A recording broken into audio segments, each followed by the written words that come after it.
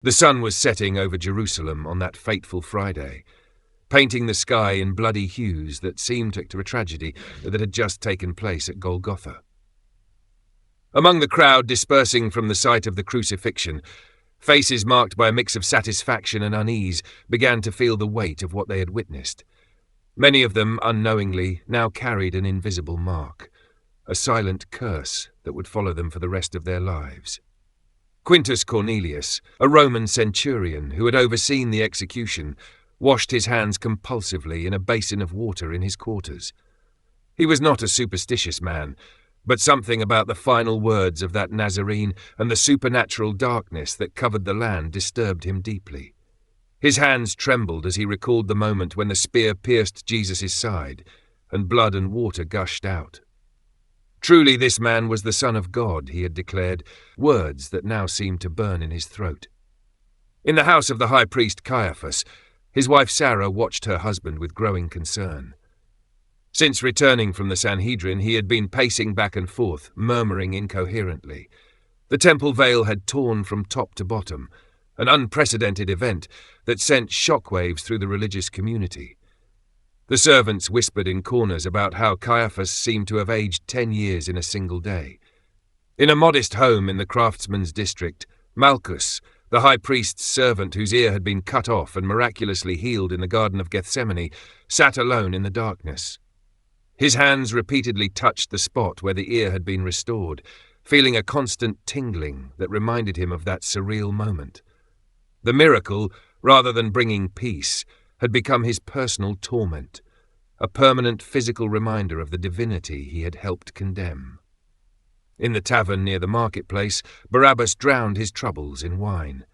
Freed by the crowd in exchange for Jesus' life, he carried a peculiar weight. "It should have been me," he muttered repeatedly, his mind haunted by the image of the man who had died in his place. The other patrons kept their distance, disturbed by his erratic behavior and disjointed words about redemption and substitution. Among the Sanhedrin members who had voted for the condemnation, an unsettling pattern began to emerge. Eleazar ben Azariah, one of the most respected elders, woke up every night screaming, haunted by nightmares in which he saw Jesus' serene face during the trial. His wife noticed how his hair had begun to turn white rapidly, as if a curse was draining his vitality. The Roman soldiers who had taken part in the scourging reported disturbing experiences. Marcus Flavius, who had delivered the first blows, found his hands had developed an uncontrollable tremor. Lucius Cassius, who had woven the crown of thorns, began to suffer from excruciating headaches, as if he himself were wearing an invisible crown of torture. In the city, rumours began to spread about strange fates befalling those who had been most actively involved in the condemnation and execution.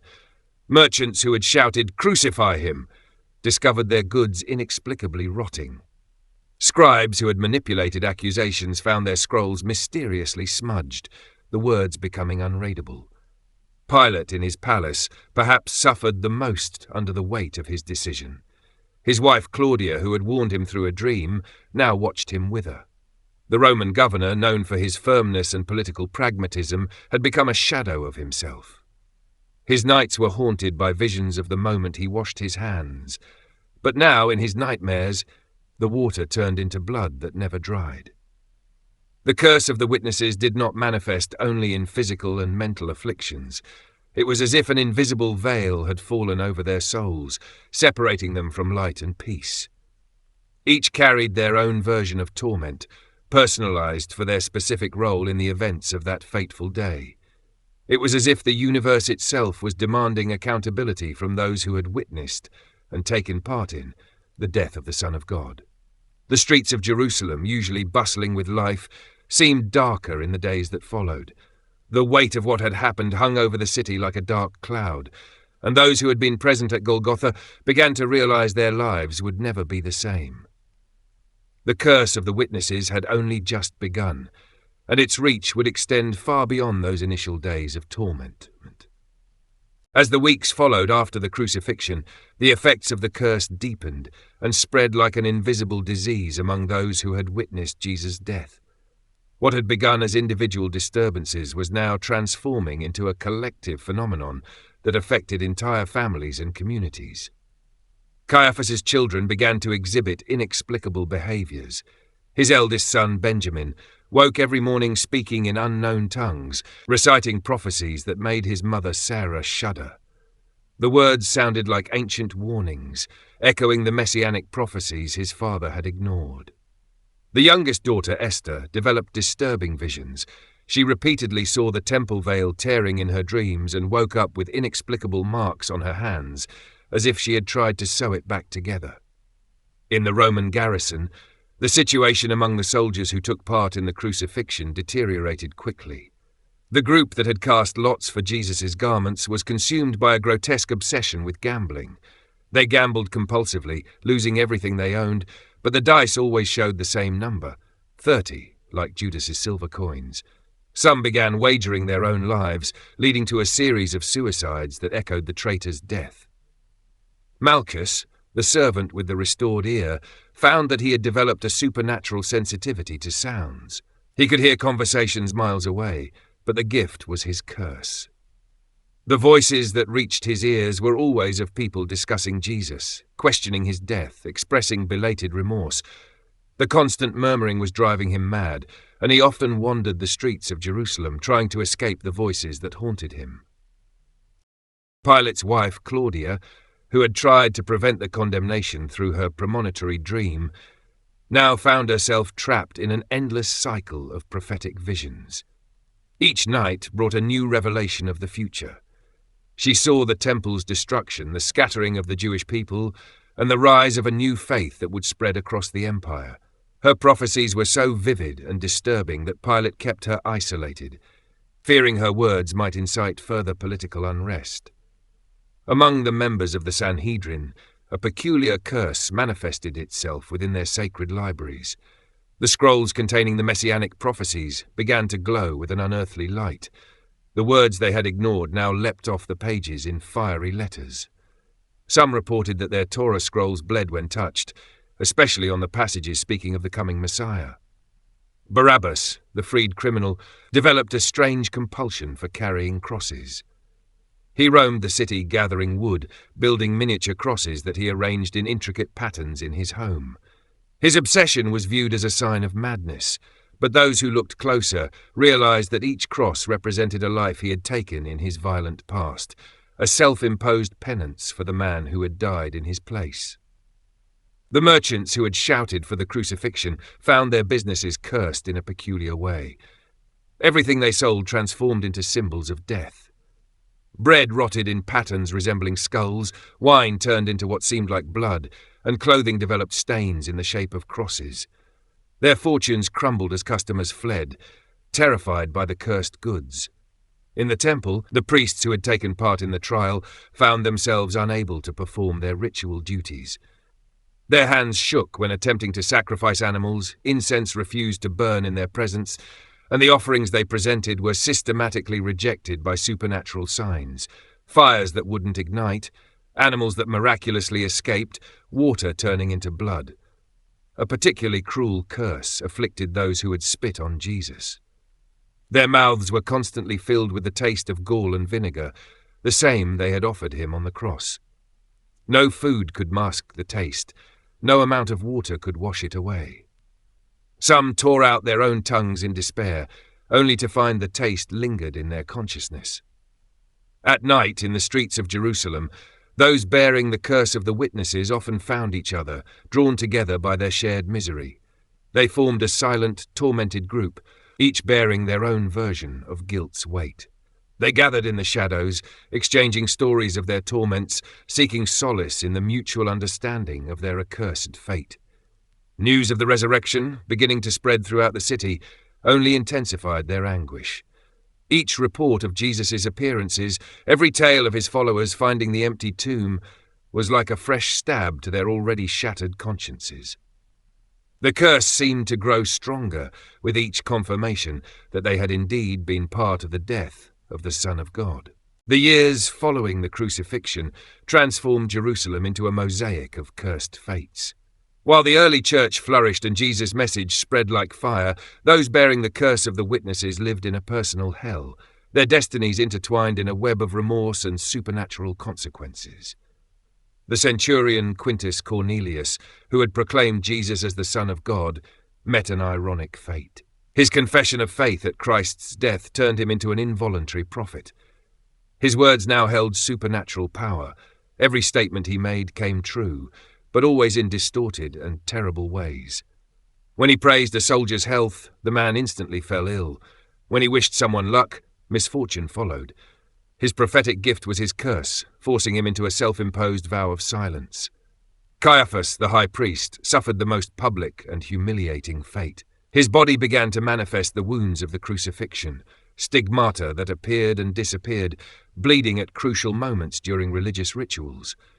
During major Jewish festivals, his hands and feet would inexplicably bleed, and a crown of thorns-shaped mark would appear on his forehead. He was forced to step down from the priesthood, spending his final years in seclusion, tormented by the constant physical reminder of his decision.